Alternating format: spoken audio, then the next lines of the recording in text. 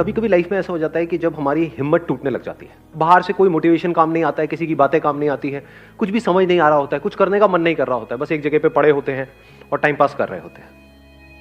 अपने गोल की तरफ आपने बड़ा एफर्ट किया, बहुत मेहनत करी, अपना सब कुछ लगा दिया उसमें, लेकिन रिजल्ट उसका बिल्कुल अपोजिट आया जैसा आपने सोचा था। होता है ऐसा, कई बार आती है लाइफ में सिचुएशन आती है ना, ऐसा लग रहा होता है कि सब कुछ ही खत्म हो गया है, अंदर से ऐसी फीलिंग आने लग जाती है।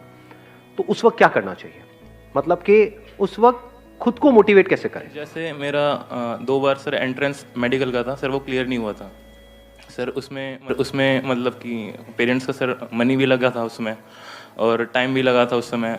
मैं प्लान्स भी बहुत सारे थे कि मतलब फर्स्ट ईयर में अगर मतलब क्लियर हो गया तो ऐसा हो जाएगा, ऐसा हो जाएगा, वो सब खत्म हो गया। सब खत्म हो गया था। फिर बाद में ऐसा बहुतों के साथ हुआ होगा, रिलेट कर पा रहे होंगे, कितनों के साथ हुआ है ऐसा कुछ?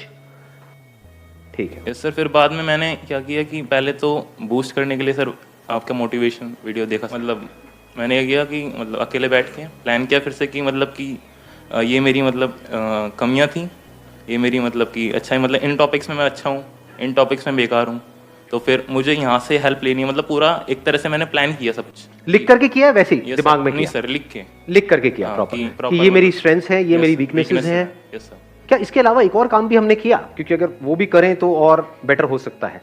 दैट इज कि जब मैंने वो तैयारी करी और मेरा नहीं हुआ तो उसमें मैंने क्या गलतियां करी।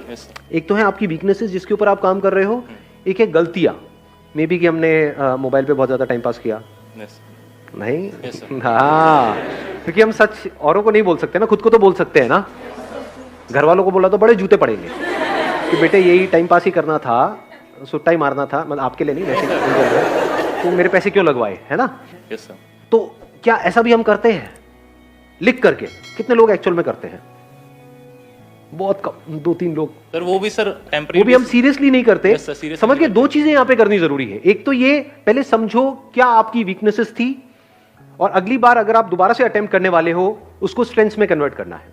और अपने आप से ये भी सच बोलो कि क्या ऐसा हो सकता है, नहीं हो सकता है, कहीं मैं दोबारा अपना टाइम तो नहीं खराब करने वाला हूं। कुछ ऐसी भी वीकनेसेस होती हैं किसी की, जैसे फॉर एग्जांपल सिंगिंग के लिए आप ट्राई कर रहे हो और आपकी आवाज ऐसी है कि जो भी सुनता है कान से खून निकलने लग जाता है, तो आप कह रहे हो कि यार मेरी वीकनेस है, मैं स्ट्रेंथ बना दूंगा। ठीक है, अच्छा है, ऑप्टिमिज्म अच्छा है, बट एक हद होती है ना, मतलब तो इस तरह से अपने आप से सच बोलना होता है कि मेरी वो वीकनेसेस है, उसको स्ट्रेंथ्स में कन्वर्ट करना है। उसके लिए क्या करना पड़ेगा? उसके लिए there is a price to pay. Effort लगाना पड़ेगा, हार्डवर्क करना पड़ेगा, पता नहीं क्या क्या करना पड़ेगा। क्या वो मैं करने के लिए तैयार हूं? क्या वो मैं कर सकता हूं?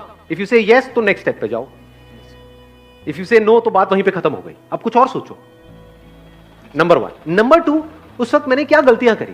क्योंकि आप कुछ भी करते हो तो कुछ ना कुछ सोच समझ के करते हो, तो वो नहीं हुआ, दैट मीन्स आपको लग रहा था कि मैं कर लूंगा लेकिन नहीं हुआ, इसका मतलब पक्का है कि हमने बहुत सारी गलतियां करी है, उसको भी लिख लो। तो इससे क्या हो रहा है, हम प्रॉब्लम ओरिएंटेड थे, अब हम सॉल्यूशन ओरिएंटेड बन रहे हैं।